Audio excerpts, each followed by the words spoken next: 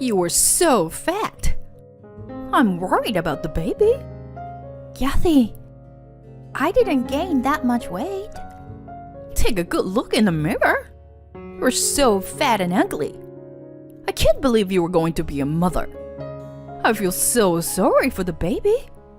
Kathy, my mother-in-law gave me a nasty look and said insensitive words.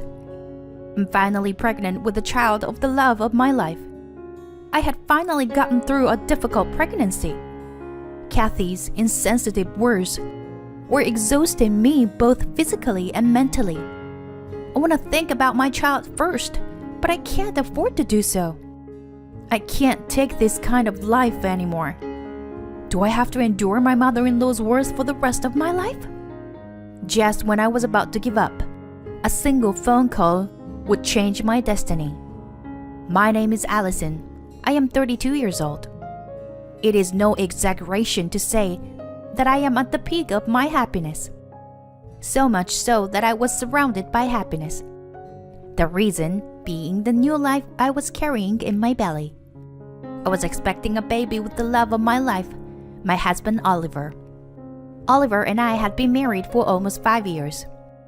We both loved kids, so after we got married, we just went with the flow and kept trying to conceive a baby.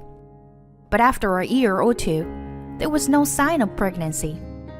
I thought it was strange, so we had a medical checkup as a couple. I found out that I had a constitution that made it difficult for me to conceive. At the time, I was so shocked that all I could do was cry.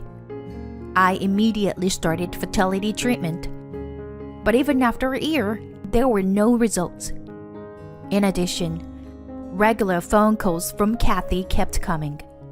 Allison, are you pregnant yet? I'm sorry, but I was wondering if we could spend a little more time together as a couple. Is that your excuse? You're not infertile, are you? Well, that's... Don't tell me you are. All my friends have grandchildren. We have to have ours soon too.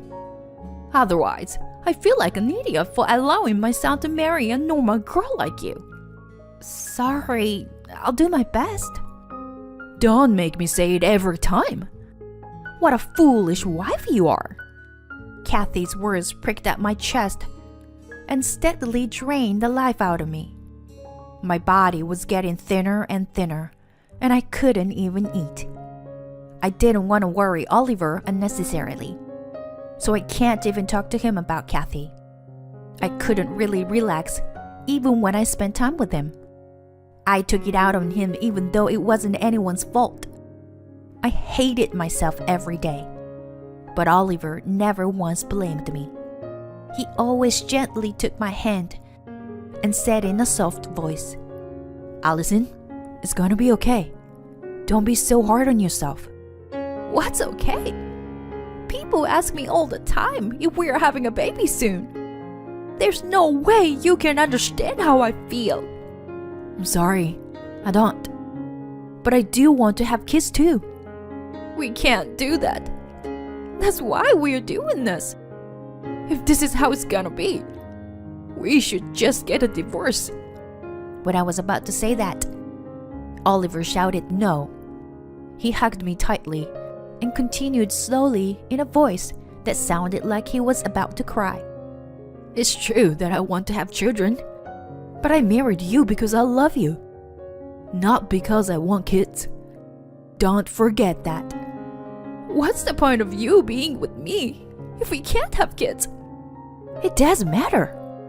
Even if I knew from the beginning that we couldn't have kids, I would have still chosen you. I can say that with all my heart. So don't blame yourself about it anymore. Oliver. Looking back, I don't think I've cried so much since I was a kid. I was screaming and crying like a baby. Oliver gently wrapped me in his arms. That's when I decided to stop fertility treatment. And to my surprise, a few months later, I found out I was pregnant. The pregnancy was discovered by a test while Oliver was on a business trip. I was so happy, but I couldn't tell him right away. What if the baby wouldn't grow up healthy? At least I would tell Oliver when I got the baby's heartbeat. A few weeks later, they checked the baby's heartbeat at the hospital. I heard it pulsing much faster than an adult. And even though I was in the middle of a medical examination, I burst into tears. A few weeks later, they will check the baby's heartbeat in the hospital. When I told Oliver that night that I was pregnant, he froze like a stone. What did you just say? I'm pregnant. Are you serious? This is the happiest I've ever been. We're finally going to be parents. Thank you, Allison. I'm so happy. Thank you so much.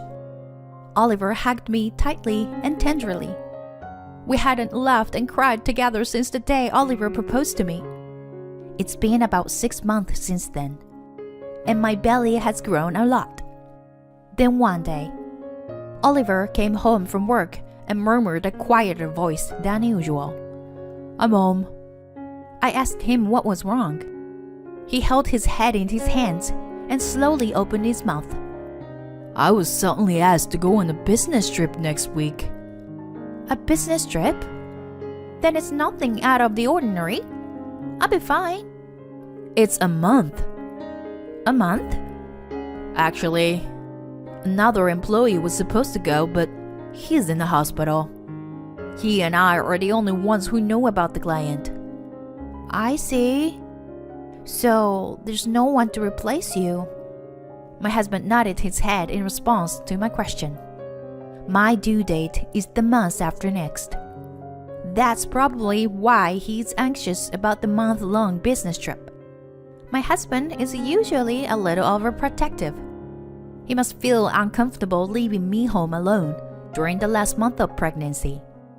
To be honest, I'm not entirely free from anxiety myself. But all I can do now is give him a good send-off. With a pat on the back, I cheerfully said, Oliver, you're pathetic. I'll be fine. Go on a business trip for the sake of the company. Well, what if anything happened to you while I'm gone? I'll be fine. I'm going to my parents' house for a home birth in the middle of next month anyway. That's less than a month away. That's true, but I'll have my phone with me in case something happens, and I'll call you as soon as I can. Don't worry, okay?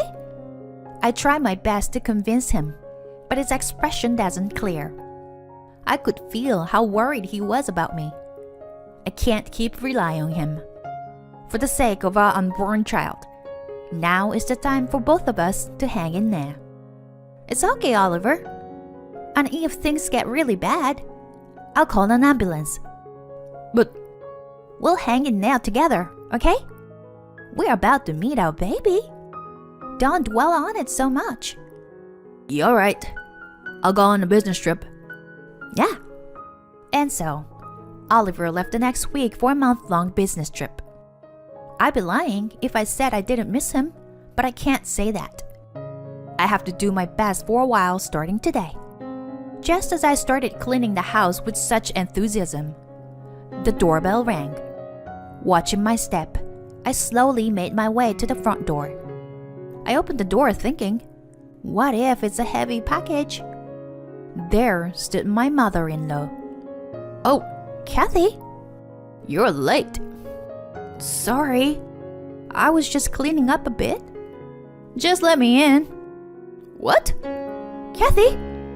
She pushed me out of the way and entered the house and looked around the room. She immediately started to make sarcastic remarks. You're skipping chores just because you're pregnant, aren't you? There's dust in here. I'm sorry, I just started cleaning. Don't be so quick to talk back. I came all this way to check on you while Oliver's gone. Oh, thank you, but I'm fine, so... You're not fine. You are a foolish wife. I don't know what you'll do if I don't keep a close eye on you. You don't have to. You're not saying you don't want me to come, are you? She glares at me sharply. I choked on my words at the sharpness of her stare, and she gave me a winning smile. While Oliver is on a business trip, I'll come and check on you every day. What? Every day? Yes. You should be grateful. And don't say anything unnecessary to Oliver, okay? Well, I don't think you need to come here every day. I can't have you slacking off just because you are pregnant. You live on my son's money, so don't you dare complain. My hell began that day. Kathy came to my house every day and started looking for something wrong. If there was even a single piece of trash on the floor, she would abuse me mercilessly.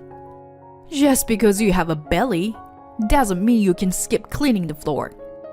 Why do you make me say the same thing over and over again? Pregnancy is not a disease, okay?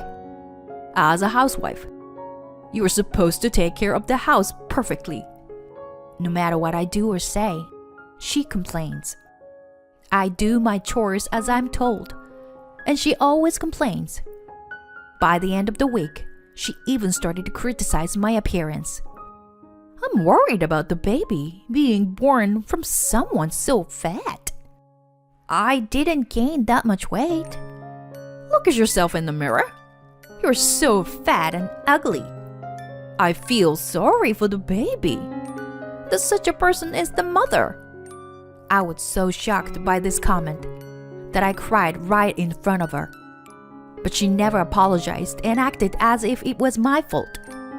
After a while, I couldn't stand it any longer. I decided to go back to my parents' house.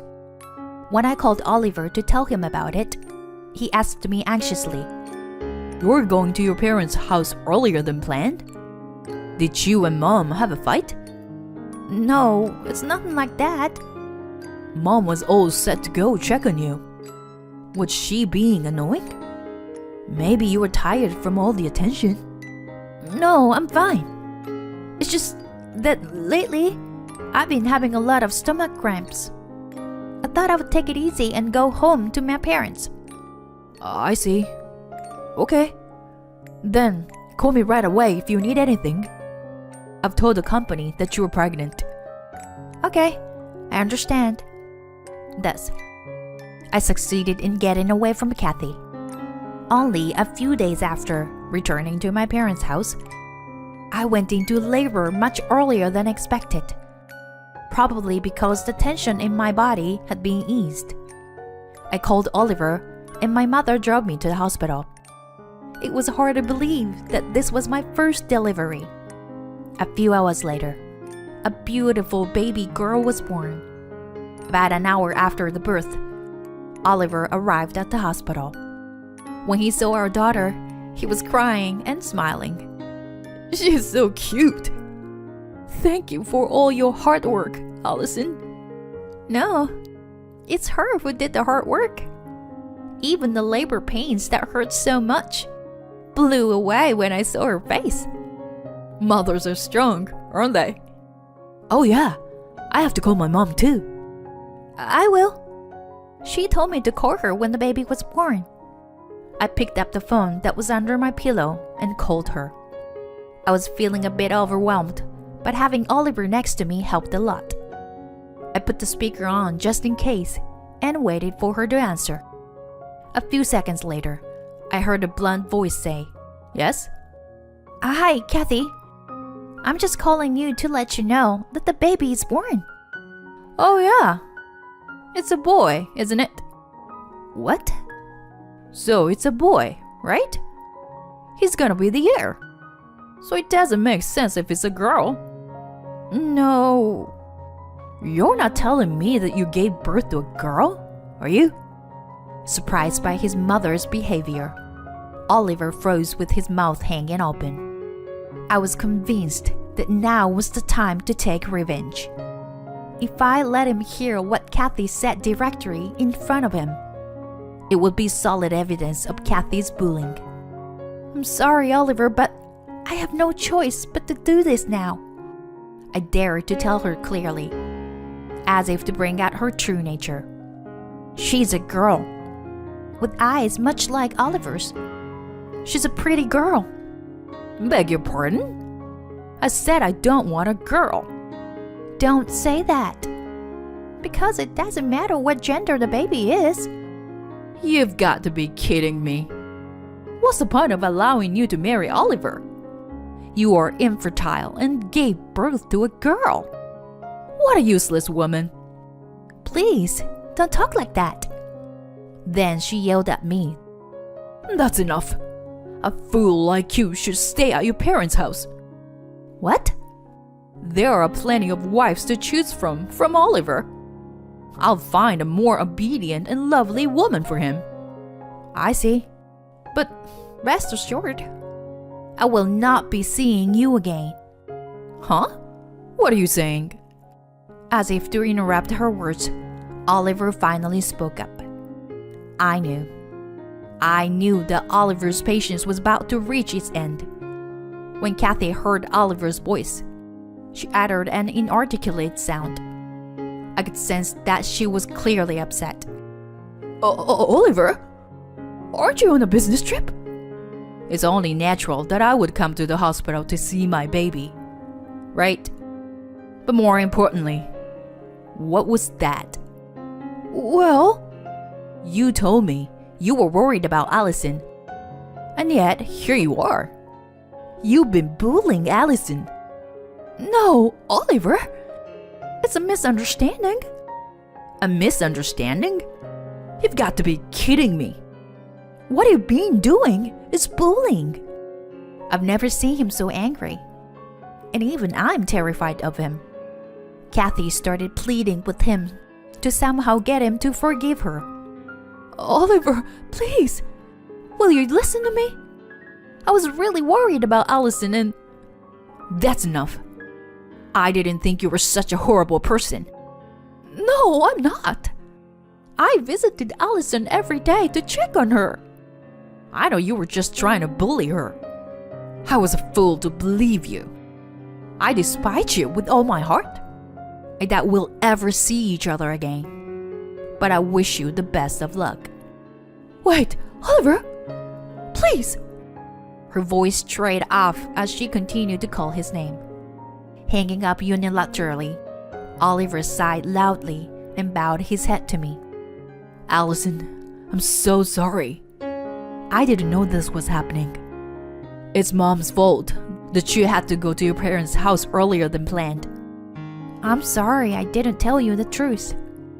I didn't want to worry you and wasn't sure if you would believe me. What are you talking about? Of course I would believe you. Oliver. The tears I had been trying to hold back began to well up. I couldn't hold back my tears, and Oliver gently stroked my head. After I was discharged from the hospital, we decided to move. While I was in the hospital, Oliver finished packing.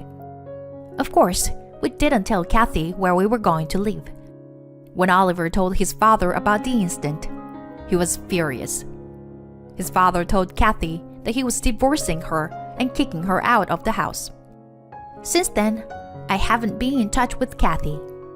Oliver has been receiving messages from her on a regular basis, but he has not responded to any of them. No one knows where she is or what she is doing. As for us, we're both struggling to raise our child in our new home. It's all new and confusing, but life with our daughter, who we finally got to meet, is sparkling every day. There will be many obstacles to overcome in the future, but with the family I love, I am sure we can overcome any obstacle that comes our way. I will continue to cherish each day every day, never forgetting my gratitude to my family.